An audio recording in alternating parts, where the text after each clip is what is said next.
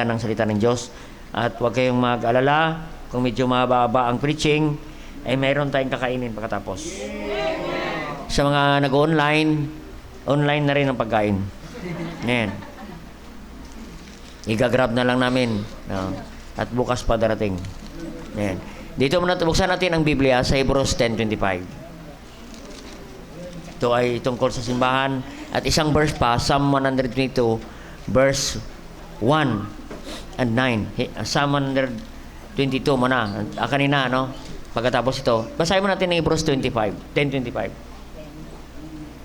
Ang sabi rito ng salita ng Diyos, ready begin, not forsaking the assembling of ourselves together, as manner of some is, but exhorting one another, and so much the more, and you see the day approaching. Buksan natin sa Psalm 122. Verse 1 and 9. Ang sabi ng verse 1, nakita na po natin. I was glad when they said unto me, let us go into the house of the Lord. In verse 9, because the house of the Lord, our God, I will seek thy good. Amen. Yan ang dahilan kung bakit tayo simbahan. Ang hinahanap natin ay ang kabutihan ng Diyos. Amen. Yan po. Maganda, no, ang sagot ng Panginoon. Sinagot niya rin sa verse 9. Dahil ang kailangan natin ng simbahan, dahil makita natin ang kabutihan ng Diyos sa simbahan. Amen. Alright, salamat po sa Panginoon. Tayo muna ay mag-pray. Dakilang Diyos sa masalangit. Thank you, God, for the passage that we read, the verses that we read this afternoon. Pagpalain mo po, Diyos. Thank you for testimonies. Thank you for the singing special number, O God. Salamat po, Panginoon. At ngayong gabi, narito muli kami upang mag-aaral ng inyong mga salita. Banal Espiritu, malaya kang gumawa sa aming kalagitnaan ngayon. Help the servant, I'm nothing, O God. Kung wala po kayo, Diyos, ay wala akong kapangyarihan, Panginoon, at kaalaman. Katulungan mo pong lingkod, I'm nothing, O God. And tulungan mo ang mga anak ninyo, give us understanding of the word of God. And help the servant to expound thy word, and we apply this unto wisdom. And Holy Spirit, speak to us, O God, in a very personal way, or a very special way, O God, through your word. And forgive our sins, cleanse our heart.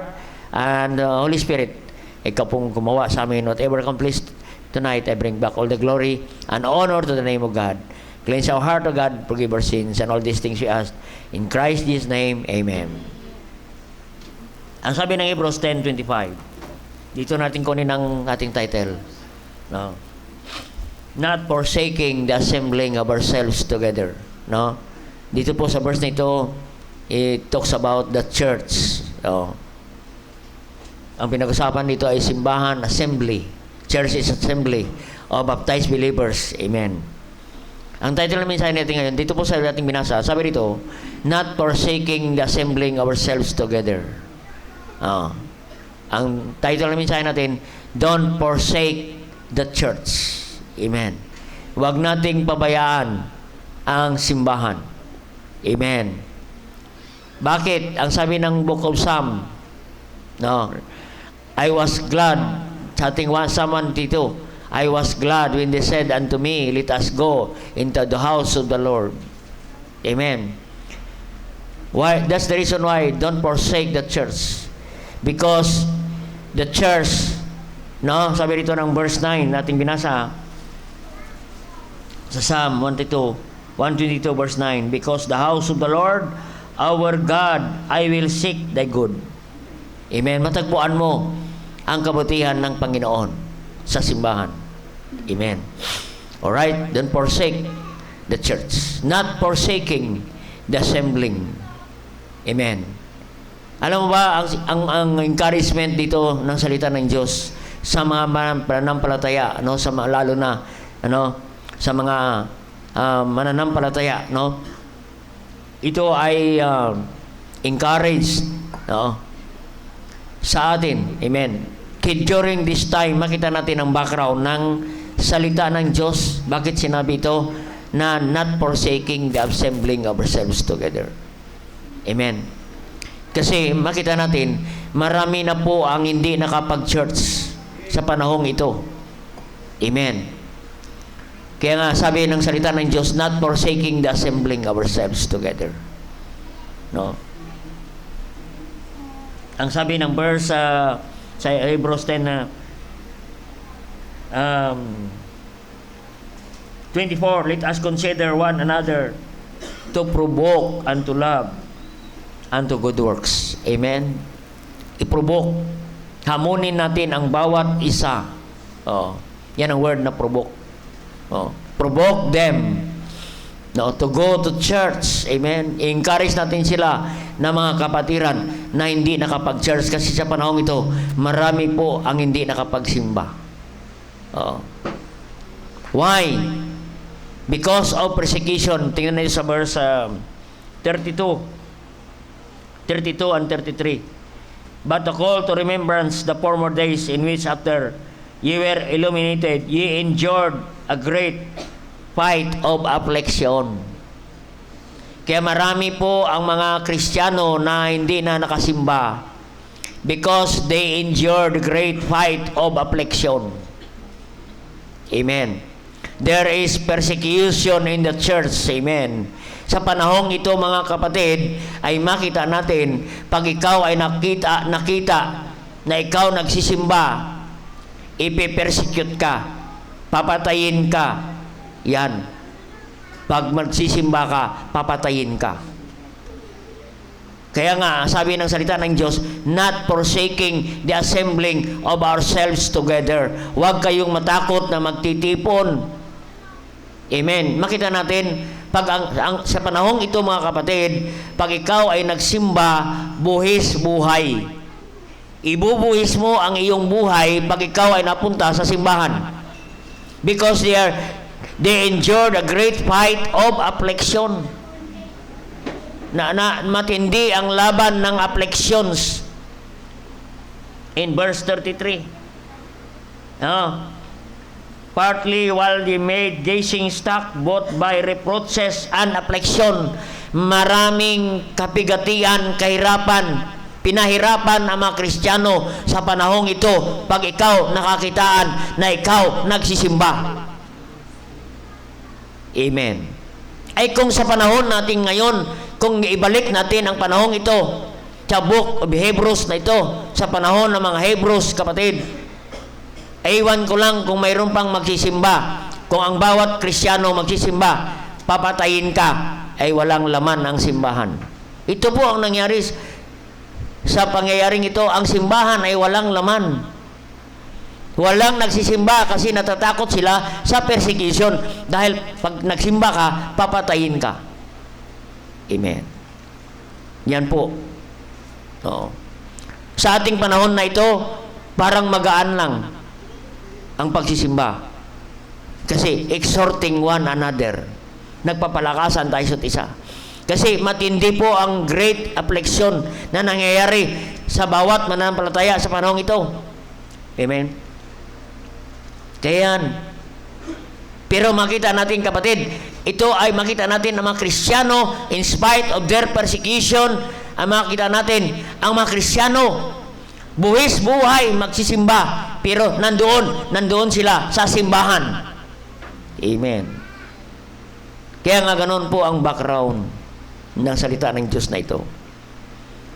Bagamat very dangerous time na ikaw magsisimba sa panahong ito. Kumbaga, pag nagsimba ka, magsisuicide ka. Amen. Ay tayo ngayon, konting ulan, hindi ka na magsimba. Pero ang life verse mo, for me to live is Christ and to die is gain. Pero konting tulong ulan lang, takot na mamatay. Amen. Makita natin, don't forsake the church. Amen. Ano ba ang mayroon sa simbahan? Makita natin. Yan napaka-importante ng simbahan. Wala na tayo sa panahon ng persecution. Pero makita natin, mga kapatid, ang panahon ng pandemic. Marami pong Kristiyano ang nawala. Marami pong simbahan ang nagsara. Marami pong mga simbahan wala ng service ngayon. Marami kaming kasama dyan. Wala na silang mga miyembro na dumarating.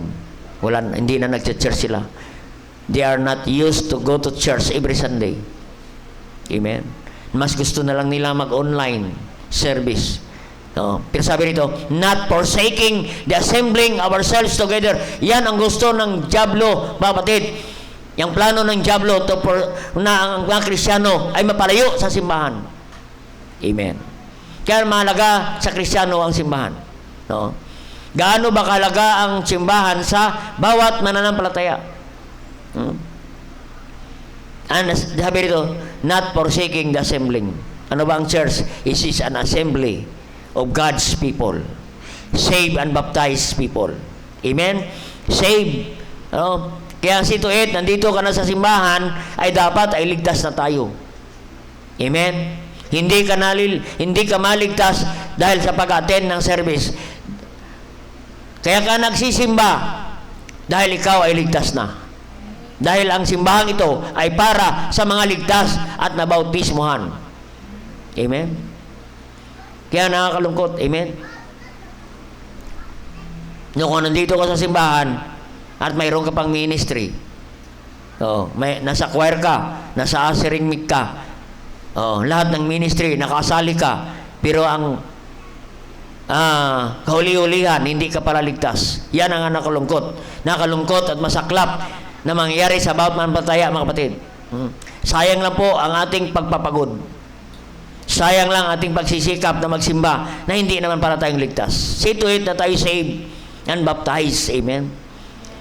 Kasi kung hindi tayo ligtas, katulad tayo ni Judas. Si Judas ay nagsisimba rin. May mga ministry rin. Pero makita natin. No? Kay si Judas ka, treasurer pa ng simbahan. Pero makita natin, si Judas ay hindi ligtas. Amen. Kaya nakakalungkot yung pangyayari sa isang Kristiyano. Kaya the church is an assembly. Ano ba ang simbahan? Sa iyo at ang iyong pamilya. Ano? Yan po, no?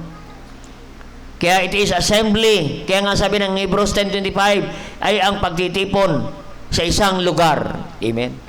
Local, visible, Bible-believing Baptist Church. Amen. Kaya mo, ito ang lugar. Ibig sabihin, ang simbahan na ito ay lugar. No? Local church. Ito ay lugar na kung saan ang presensya ng Diyos sa kanyang tahanan. Amen. We gathered tonight in the presence of our God. Amen. Nandito po tayo sa presensya ng Diyos. Dito po tayo nagtitipon sa presensya ng Diyos. Kung mayroon mang lugar ngayong gabi na kung saan matagpuan natin ang presensya ng Diyos, ay walang iba kundi ang simbahan ng Panginoon. Dito natin matagpuan ang presensya ng Diyos. Kaya nga, kapatid, no? Kaya nga, pinakasagradong lugar ay ang simbahan dahil nandito ang presensya ng Diyos. Amen. Sa bawat mananampalataya. Kaya sabi ng salita ng Diyos, huwag nating pabayaan ang pagtitipon. Amen? Because the church is a place wherein the presence of God is there. Amen. Kaya hindi lang po yan, no? So number one, makita natin, ang simbahan, bakit natin pabayaan? It is the place of the sincere milk of the Word of God. Amen. Ito po ang lugar na pinagbulay-bulayan natin ang salita ng Diyos. Amen. Tingnan natin sa Psalm 138. Psalm 138 verse 2. Dito natin pinag-usapan ang puro salita ng Diyos. Amen. Kaya the word sincere is the Word of God. In Psalm 138 verse 2.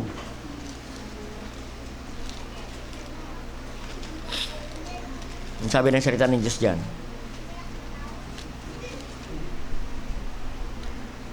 ang sabi ng verse 2, I will worship toward the holy temple and praise His name for thy loving kindness, for thy truth. The truth is the Word of God. Amen. And for thou hast magnified thy word above all name. We magnify the Word. Amen? Nakita na kayo ng magnifying glass na pinapalaki mo. Oo. Ganon. Na kapatid, dito tayo sa simbahan. I-magnify. Bigyan natin ng diin. I-focus natin ang salita ng Diyos. Amen? Yan. And verse 4, and all the kings of the earth shall praise thee, O Lord, when they hear the word of thy mouth. Amen? Sipin mo yan, ano? Sabi ng salita ng Diyos, nawa ang lahat ng mga hari ay makapakinig ng salita ng Diyos. Amen? What a blessing. Amen? Na yung mga hari ay makapakinig ng salita ng Diyos. Amen? Ang mga leader, ang mga politiko, na kapatid, ay lagi sila nakakarinig ng salita ng Diyos. Ang mga politiko, ang mga kings, siyempre kings, mga politician yan, nagahari, namumuno ng ating bansa, ay nakarinig ng salita ng Diyos, nakikinig ng salita ng Diyos. What a blessing, kapatid, no? Na ang bawat namumuno ng bayan mula sa barangay hanggang sa probinsya, hanggang sa buong bansa, ang lahat ng namumuno ay laging nakarinig ng salita ng Diyos. Amen. What a blessing. Amen. No, blessing nga na ang mga kapulisan natin ay nakapakinig sila ng salita ng Diyos. Amen. No. Halos nating kapulisan sa Imos ay nakarinig na, nagbabasa na sila ng salita ng Diyos. Imagine, kahapon pumunta rito ang Station 6 at sila isa-isa nagbasa ng salita ng Diyos. Pumunta sila. Sabi niya, Pastor, huwag ka nang pupunta sa station. Kami nang pupunta rito. Oh, praise God. Nag-aaral kami ng salita ng Diyos. Amen. Sila nang naghahanap ng salita ng Diyos. Amen. Sabi ni salita ng Diyos, all kings. Imagine kung ang lahat ng hari, no? Lahat ng namumuno ng ating bansa, nag-aaral, nakikinig ng salita ng Diyos, nasa simbahan sila. Amen. Kasi ang simbahan ay lugar ng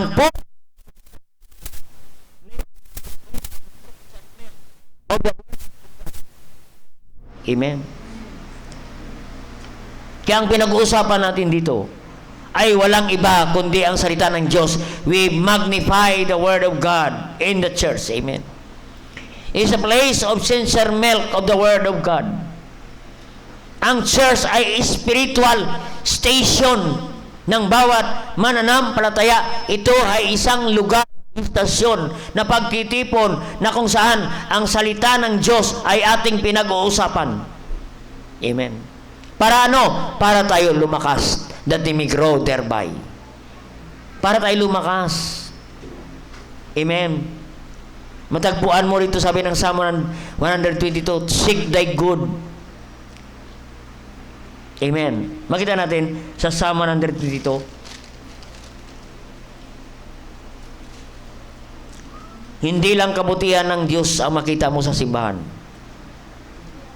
In verse 6, verse 7, peace within thy walls and prosperity within thy palaces. Amen. Makita natin sa simbahan, amen. Makita mo kagad, magkaroon ka ng kapayapaan. Amen. Pag wala kang peace of mind, you are stressed, you are depressed, go to church. Amen. And you find peace of mind. You are in trouble. Amen. Peace and prosperity. Makita natin ang peace and prosperity. Always go in hand. Amen. Magkasama ang kapayapaan at prosperity. Amen. Kaya wala kang kapayapaan kasi marami kang problema. Kung mayroon kang kapayapaan, nariyan din ang kasaganahan. And you want to find peace, go to church every Sunday. Don't forsake the church. Amen. Sunday morning, Sunday evening, hindi lang tayo pang umaga, dapat pang hapon din. Because Sunday evening is still Sunday and Sunday evening is still Lord. Maraming mga Kristiyano, Sunday morning lang, it is enough. Amen. Sunday is 24 hours. Is the Lord. That is the Lord's day. Ang maganda sa Sunday morning, we open with the Lord. The Lord. Binubuksan mo sa unang araw ang Diyos at Sunday evening, isasara mo naman ang araw na yan na kasama mo ang Panginoon. Maraming mga Kristiyano, puro bukas lang, hindi na nagsasara. Amen. Many Christian today, even Baptist, they are traditional Baptist. Traditional worshiper. Amen. Makasimba lang, okay na. Amen. Hindi po ang simbahan ay lugar ng sincere milk of the Word of God. Ito po ang spiritual station natin ng salita ng Diyos. We recharge in the church. Is the time to recharge. Amen. Kumbaga, ang simbahan ay katulad ito ng gas station. Sa mga mayroong sasakyan, hindi pwede na hindi ka magkakarga ng gas. Or else, hindi tatakbo ang sasakyan pag walang gas. Kahit mahal ang gas ngayon, magpakarga ka ng gas. Bakit? Kailangan makatakbo ang sasakyan. Kaya kaninang umaga, yung mga driver natin, hindi alis. Bakit hindi kayo alis? Sabi niya, walang gas. No. Tinanong ko man na isang driver niya sa pula natin, bakit kayo alis? Walang gas. Biro mo yan. Ano? Dapat, ganun din ang Kristiyano. Hindi tayo makatakbo ng malayo sa ating buhay Kristiyano kung kulang tayo sa recharge. Wala tayong karga ng salita ng Diyos. Amen. Kaya mga kapatid, kailangan natin ng istasyon ng salita ng Diyos. Ito ay panahon. Alam mo ba ang Sunday, magkaroon ka ng kapayapaan? Amen? Pag Sunday. Kasi yan, ito po ang panahon ng ating kapahingahan, ng ating isip, espiritu. Amen? Kaya nga sabi dito ng Matthew 11:28, Come unto me, all ye heavy laden, and I will give you rest. Ang Sunday is the time of rest for your soul.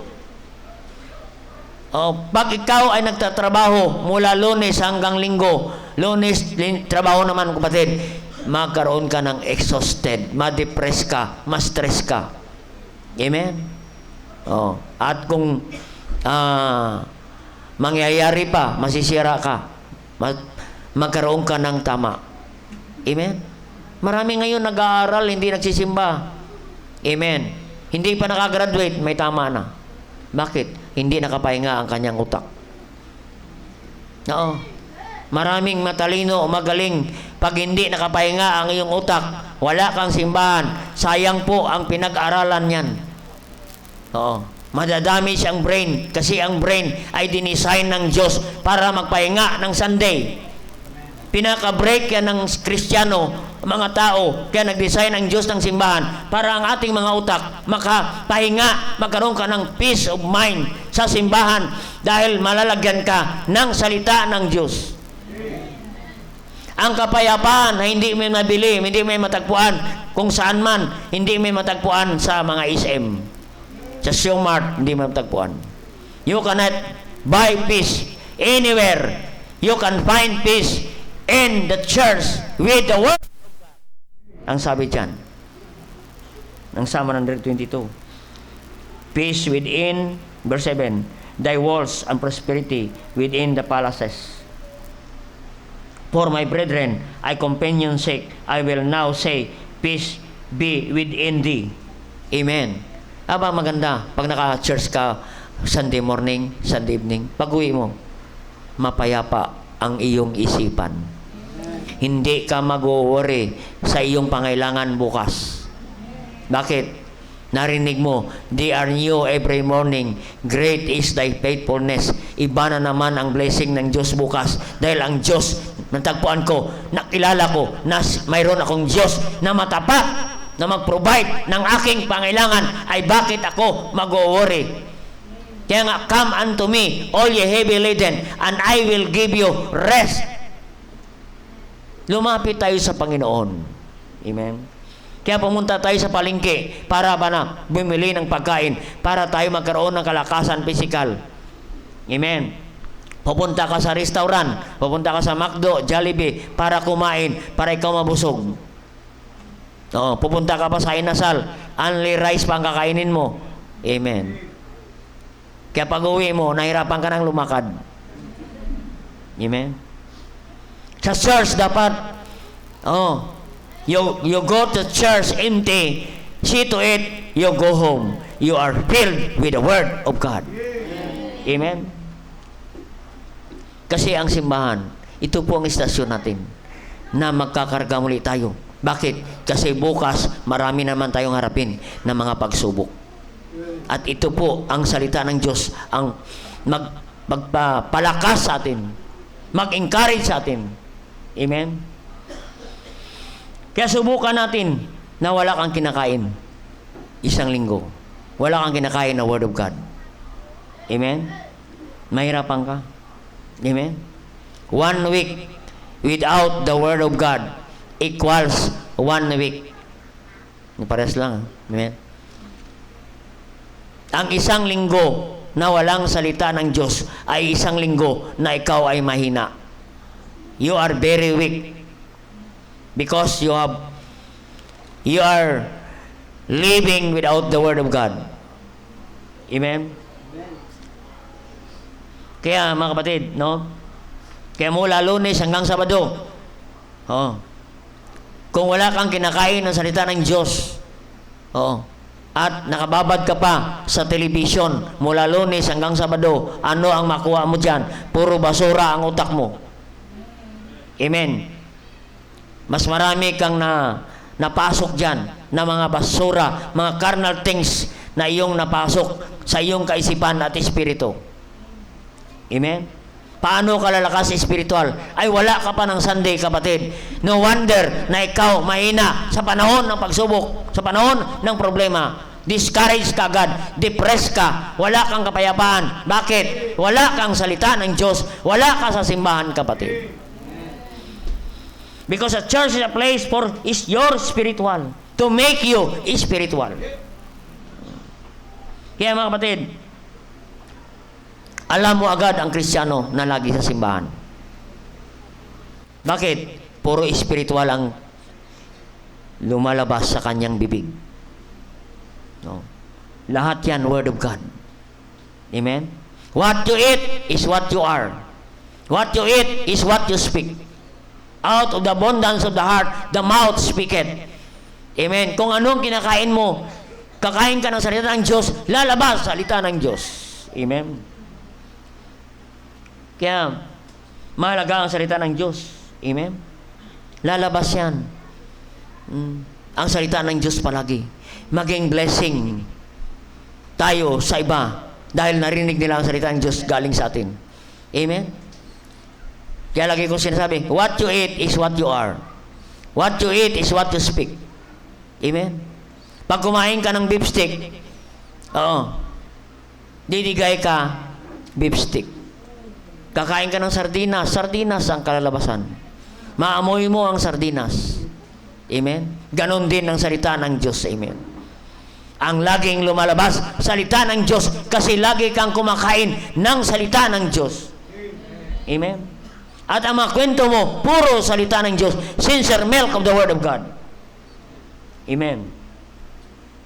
Kaya nga, dapat dito tayo simbahan.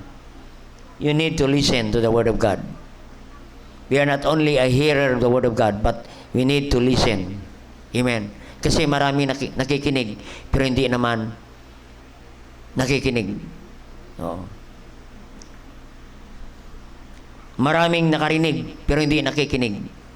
They hear, but they don't listen. Amen? They don't magnify the Word of God. Amen? Kaya, dito tayo simbahan, listen carefully because God is speaking to you. Amen? Baka ang mensaheng ito ay para sa iyo. At gusto mong humingi ng advice, nandito na, narinig mo na ang advice and counsel ng Panginoon sa kanyang salita. Because the Word of God is the best counsel sa ating mga problema. Amen? Kaya dito tayo para makinig ng salita ng Diyos. Amen? Para pag-uwi natin, tayo ay spiritual. Amen? So, we are here for the Word of God. Amen? You have desire, sincere milk. Magutom tayo dapat, mauuhaw tayo, excited tayo, lagi sa salita ng Diyos. Amen?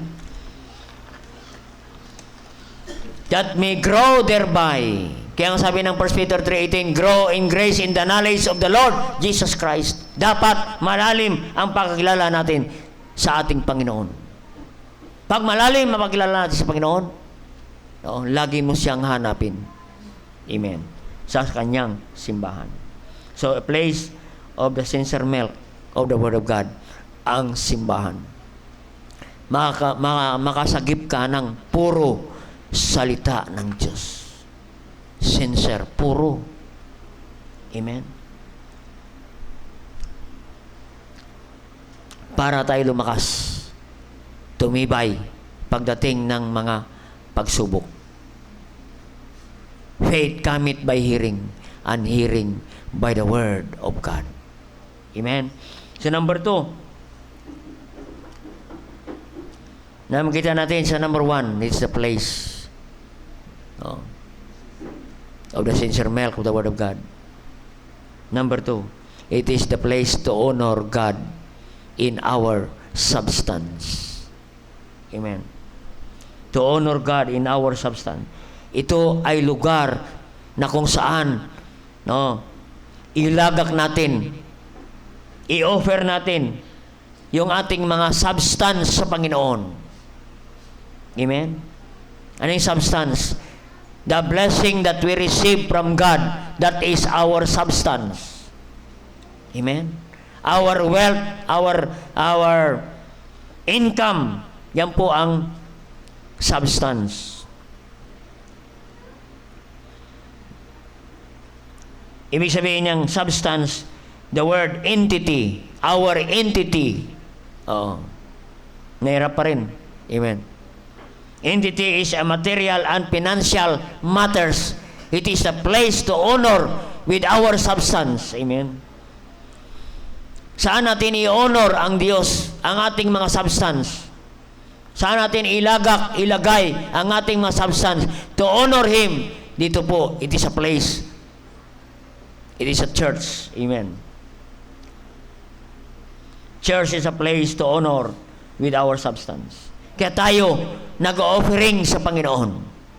To offer our substance because of the blessing of God na binigay ng Diyos sa atin. Tanda natin, hindi po tayo makapagbigay kung ang Diyos hindi magbigay sa atin. Kaya ang ating binibigay, yan po ay galing din sa Diyos. Amen? And we honor Him. We acknowledge Him that everything we have, everything we possess, we honor Him. We believe all this kind of possession came from God. That's the way we honor God. Na kinikilala natin ang Diyos na Panginoon. Kung wala ka, hindi ko makamtan ang mga bagay na ito. Amen? Kaya mga kapatid, saan natin i-honor? In the church. Kaya nga sabi ni Malakay, bring all the tithes into the storehouse. Amen? Dali natin ang ating mga ikapo. Holy. Amen? Tithes is holy. At ang pangako yan ng Diyos sa ating kapatid. Pag sundin natin yan, dalhin natin yan sa storehouse. Amen? Ang pangako ng Diyos, God will open the windows of heaven and pour you out a blessing, and that there shall be not been room enough to receive it. Amen? Walang sapat na lalagyan. Ibig sabihin, no room. It is enough for your needs. Amen. Kung sundin natin, i-honor natin ang Diyos in our substance. Kaya ang church is a place to honor our substance. Doon natin dalhin, amen, sa simbahan to honor Him. No? That's why we worship the Lord by our giving. Kailan natin dalhin? Ang sabi ng 1 Corinthians 16 verse 2, upon the first day of the week, no? Let everyone lay by him in store. Amen. Yung store, yan po ay church na sinasabi. Kasi ang word na store, storage. Doon natin tinitipon ang mga offering natin sa Panginoon. Hindi katulad ngayon ng store yan. Amen. As God hath prospered. Amen. Let everyone store. Ibig sabihin ng store, magbukod. Ang bawat isa ay magbukod ng halaga ayon sa pagpapala ng Diyos na ating natanggap. Ang sabi diyan, as God has prospered him. Kung pinagpala ka ng Diyos, amen, ilagay natin, ibigay natin sa Panginoon. Amen? Basta mayroon, lay by Him, magbukod tayo para sa Diyos. Unahin natin ang Diyos. Amen. Seek ye first the kingdom of God and His righteousness. Yeah, church is a place to honor God with our substance and first fruit of all thine increase. Amen. At ang pangako ng Diyos, shall barns filled with plenty. Ang bawat utos ng Diyos, ay mayroong kaakibat na pangako. Hindi nag-uutos ang Diyos na walang pangako. Amen? Seek ye first. That is the command of God. Unahin mo ang Diyos. Ano ang kanyang pangako? All these things shall be added unto you. Ano pa? Malakay 3:10. Dalhin mo ang iyong ikapo sa Diyos. May pangako siya. Bubuksan ko ang langit. Amen. Pag nagbigay ka ng offering, ihulog ko ang mga blessing at wala ka ng sapat na lalagyan. Amen. Ganon ang pangako ng Panginoon. Amen. Mayroon siyang utos, may laging pangako. Basahin ninyo mga Book of Proverbs. Lagi yan may pangako. May utos, may pangako. Hindi tayo katulad ng mga katulad natin. Puro lang tayo pangako. Ay puro tayo utos, pero wala namang pangako. No. Bilan mo nga ako ng ganito. Bigay ka nga ng suka. Yung sobra ibigay ko sa iyo. Pagdating walang sobra, kulang pa. Amen. Pero ang Diyos may pangako. Amen. Give, and it shall be given. Amen. Praise, God be sure, press down, shaken together, running over. We cannot outgive God. Amen. A place to honor God with our substance. Proverbs 3:9. Honor the Lord with thy substance. Saan yan? Sa simbahan. Amen. Para pasaganahin ka pa ng Diyos. Amen? No? Pasaganahin pa ka ng Diyos. Salamat. Naka-experience ang mga faithful sa pagbibigay. Sila po ang nakaranas ng running over ng Panginoon. Overloading blessing. Amen? Yan po, it is a place to honor God with our substance. Amen? Ang simbahan. Number 3, a place to honor Him with our singing. Amen? Singing. No? Hindi lang ito lugar ng sincere milk. Hindi lang ito lugar na mag-offer ng ating substance. Ito ay lugar ng pag-aawit sa Panginoon. Amen? Yung mga bata kanina, no? Alam ko, natutuwa ang Diyos. No? Sa mga awitin.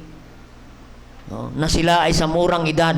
Sila ay ginagamit na ng Diyos, nagpupuri sa Diyos sa pamagitan ng mga awiting makalangit.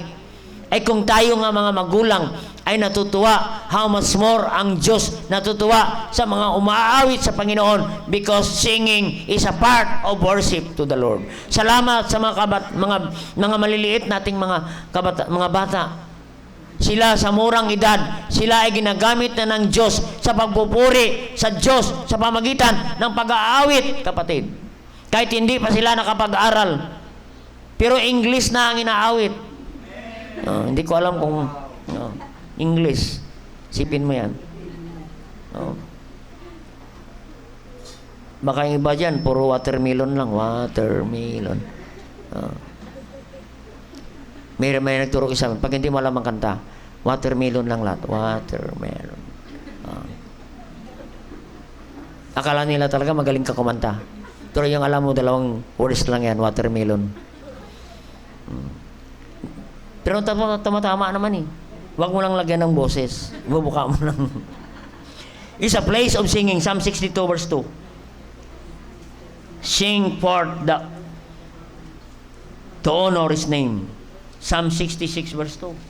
Napaganda nga.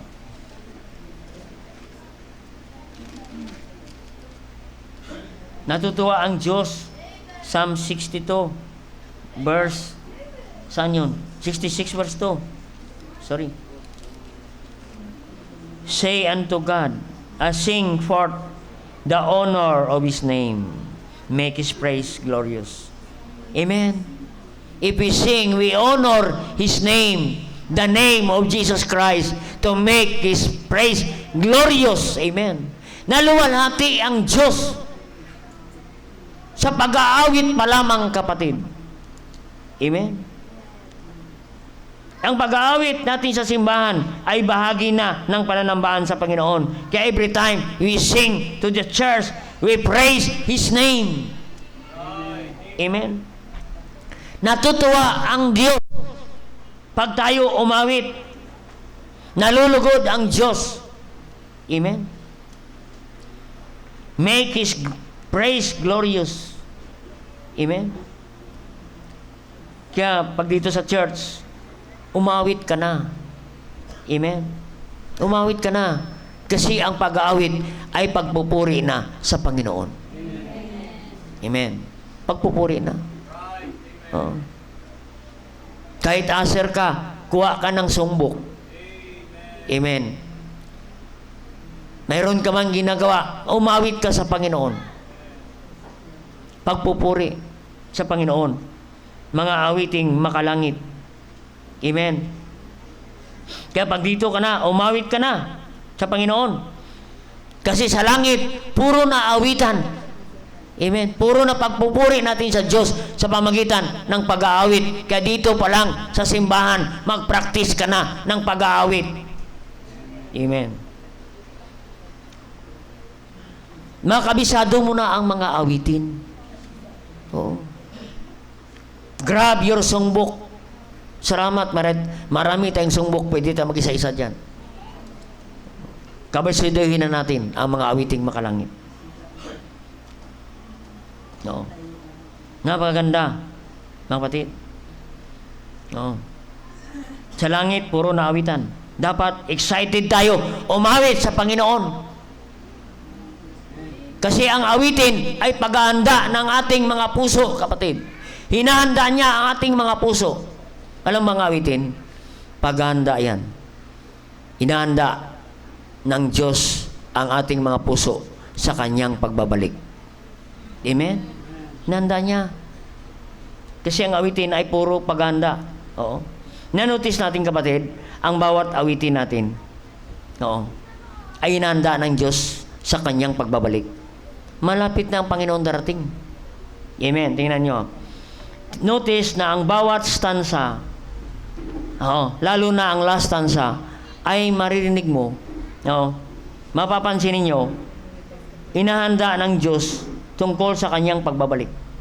Yun sa Psalm 122. Hindi pala, page 122 pala ng awitin, hindi nyo dyan. Sa page 122. Sa awitin tayo muna.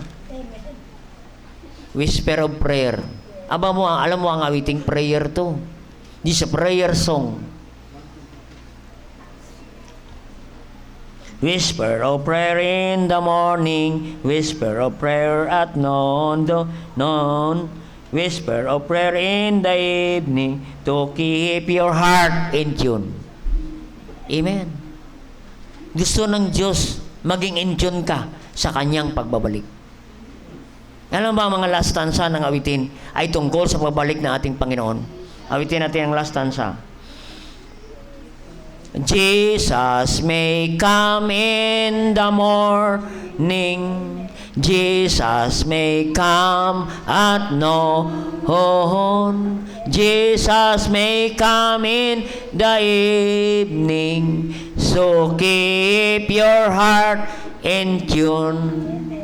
Nako, sa pagbabalik ng Panginoon, na umadatnan tayo ng Diyos, pag-rapture, ang puso natin ay nasa ayos, na in tune sa kanyang salita. Jesus may come. We don't know. The Lord will come. Maybe in the morning, maybe in the evening, maybe in noonday. Hindi natin alam. Kaya see to it, laging in tune tayo ang puso natin sa Panginoon. Kaya mahalaga ang mga awiting makalangit. No. Jesus may come. Hinahanda na ng Diyos sa kanyang pagbabalik. Nawa ay hindi tayo madatnan. Nandoon tayo, hindi sa maayos na lugar. Doon tayo sa lugar ng kasalanan. See to it, our heart in tune with God. Amen. Isa pang awitin. Psalms 1 sa 166. Maganda ito. How great thou art. Aba, wala tayong pianos, no?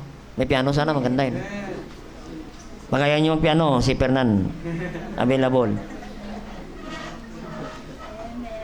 Oh Lord, oh Lord, oh Lord my God, when I'm in awesome wonder, consider all the worlds that had me.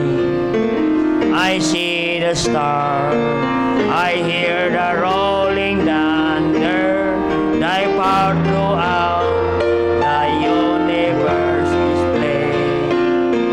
Then sings my soul, my Savior God to thee.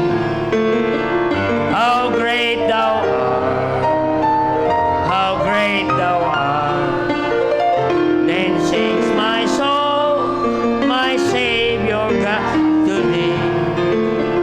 How great thou art, great thou art. Notice last stanza. When Christ shall come with shout of acclaim and take me home, what joys my heart, then I shall bow in humble adoration and there proclaim, my God, how great thou art. Then sings my soul, my Savior God to thee. How great thou art, how great thou art. Then sings my soul, my Savior God to thee. How great thou art.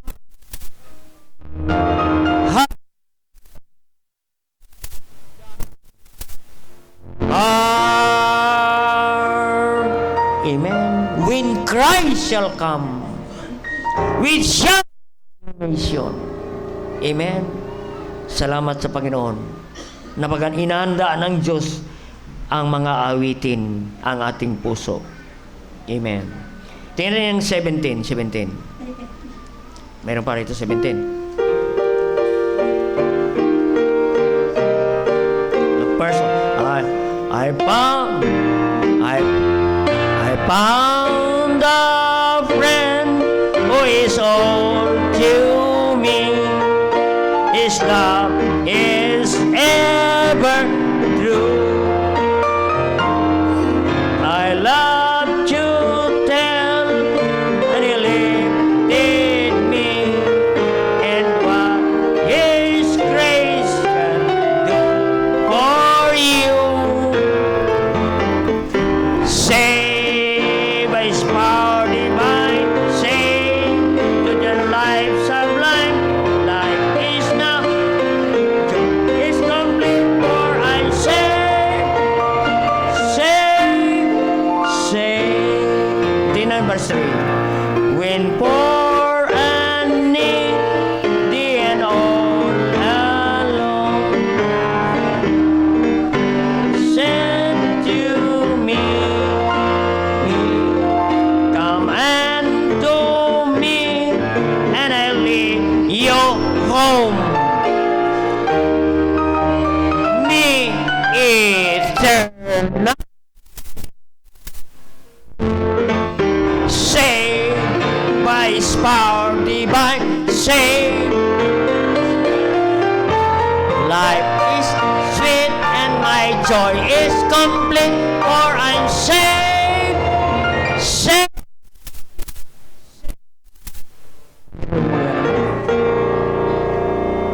Ano? To live with me eternally. Kasama na natin ang Diyos doon sa eternally. Oo, napaganda na awitin na yan. Amen? Doon na tayo sa eternal. Kaya mapansin yon, napaganda ng awitin. Oo. Ang conclusion ng mga awiting yan ay pinahanda ng Diyos ang mga awiting ito sa Kanyang pagbabalik, that you must be excited sa pagbabalik ng Panginoon. Amen? Ano pa ba mga kantahin dyan? 193, This world is not my home.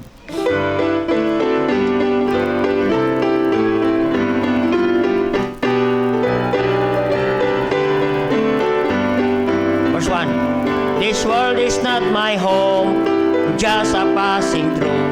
My treasure I love beyond the blue. The angels beckon me from heaven's open door, and I can't feel at home in this world anymore. Oh Lord, you know I have no friend, and heaven's not my home. Lord, will I do? Then angels beckon me, heaven's open door, and I can't feel at home in this world anymore. Notice in your verse 4. Just up in glory. Amen? We'll live eternally. Amen? Abitin natin. Just up in glory land, we'll live eternally. The saints on every hand are shouting victory. Their song, sweetest praise, drip back and sure. At home in this world anymore. I have no friend like you. Like home, I'm just a passing through. Told me I can feel at home in this world anymore. Ganda ng awitin, ano? 95 sa Tagalog, Manson, maganda. Kahit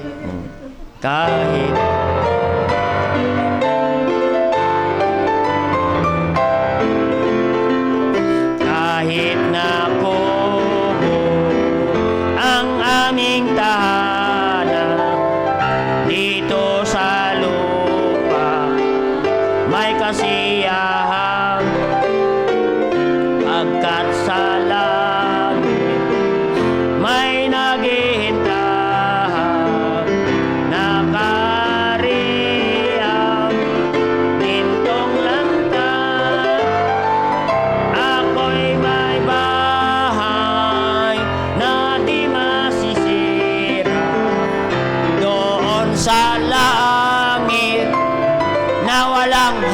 hanggang wala nang happy at laging sagana sa piling ng Diyos na mayaman. Tingnan yun sa last verse, verse 3. Huwag kang maawa sa kalagayan ko, pagkat sa langit ang aking tungo. Samantala naglalakbay dito hanggang umantong sa palasyo. Amen. Huwag kang bahay na di masisira doon sa langit na walang hanggan. Wala nang happy at laging sarili sa piling ng Diyos na mayaman. Kaya huwag tayong maawa sa ating sarili. Doon sa langit, no, ang ating tungo. Amen? Kaya ang awitin talaga, ang awitin singing, prepare our heart for the coming of the Lord Jesus Christ. Nawa, madatnan tayo ng Diyos na sa maayos na puso, naglilingkod sa Diyos. Amen? Kaya nga ang sa awitin, kaya may awitin tayo, preparation of the heart. Kaya nga, bago ang salita ng Diyos, may mga awitin, may mga choir. Oo. Kaya hindi lang yan, basta awitin. Yan po ang mga awitin ay naganda ng ating mga puso. Amen.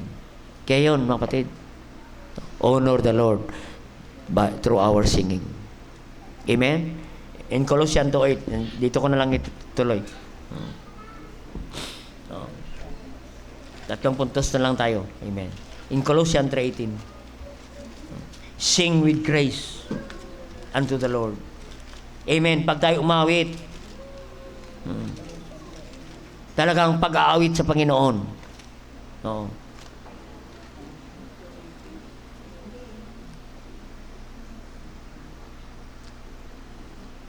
Colossians 3:18.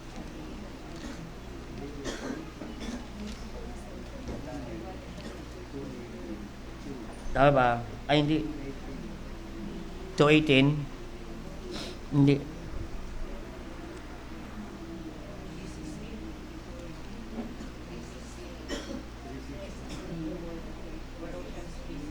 Ha? Ayun, sing. Let the word of Christ dwell in you richly, on all wisdom, teaching, admonishing one another in psalms and hymns and spiritual song, singing with grace in your heart. Amen. Singing with grace in your heart. Dapat ang pag-aawit natin ay totoo sa ating mga puso. Hindi lang tayo basta-basta umaawit. Oo.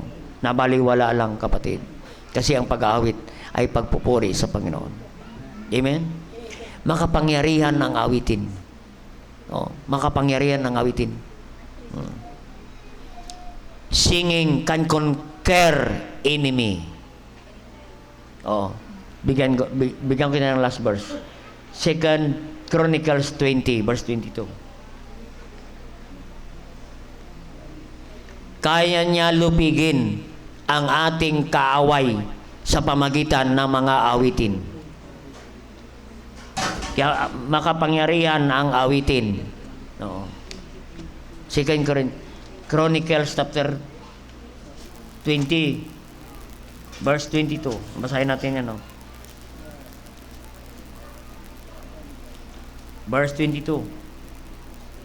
And when they began to sing and to praise the Lord set ambushment against the children of Ammon, Moab, and Mount Seir, which were come against Judah. They were smitten.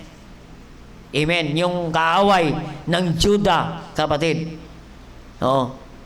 Nang sila ay susugod doon sa kalaban, mga Ammonites, Moabites, sa Mount Seir. Ang armas nila, kapatid, ng Judah, na mga anak ng Diyos, they began to sing and to praise the Lord. Amen. Makita natin, at ang lahat ng kalaban ay naambos. Sila nagsariling nag-ambos. No, namatay ang lahat ng kalaban. Amen. Kaya enemy of Judah were smitten. Amen. Kaya ang awitin, napakalaga. Amen. Pag may kaaway ka, awitan mo lang yan. No. Umawit ka. Amen. That's the power of singing and praising unto the Lord. We can conquer enemy, discouragement, depressed through singing. Pag ikaw discouraged, umawit ka lang sa Panginoon. Pag ikaw ay depressed, mag-aawit ka lang sa Panginoon. No, that's the power of singing and praising unto God. Saan natin matagpuan yan? Dito sa simbahan. Ang mga awitin natin, kapatid, yan po ay awitin nagpaghanda ng Diyos sa ating mga puso, na tayo maging excited sa Kanyang pagbabalik. Nawa madatnan tayo ng Diyos na tayo ay excited sa Kanyang pagbabalik, dahil tayo ay excited na umaawit tungkol sa pabalik ng ating Panginoon.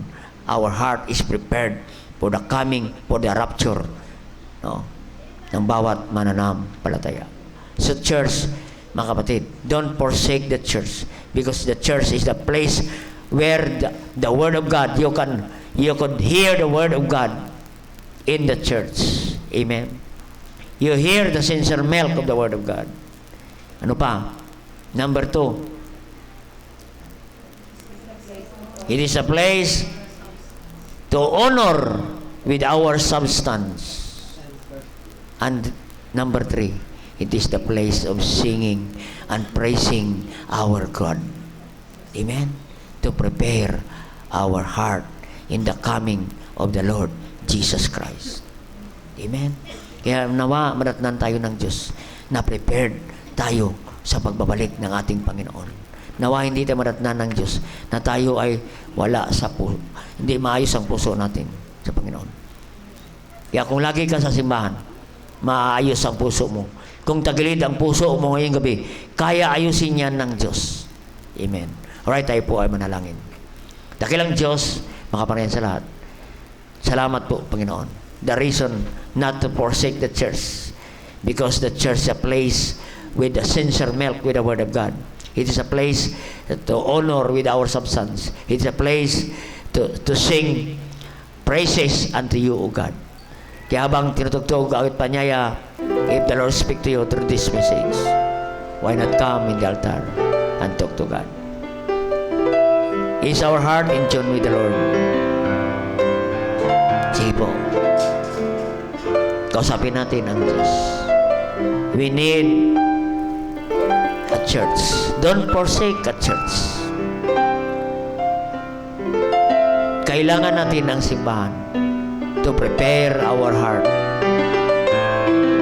to be ready for the coming of the Lord Jesus Christ. Kausapin natin, meron kang problema ngayon,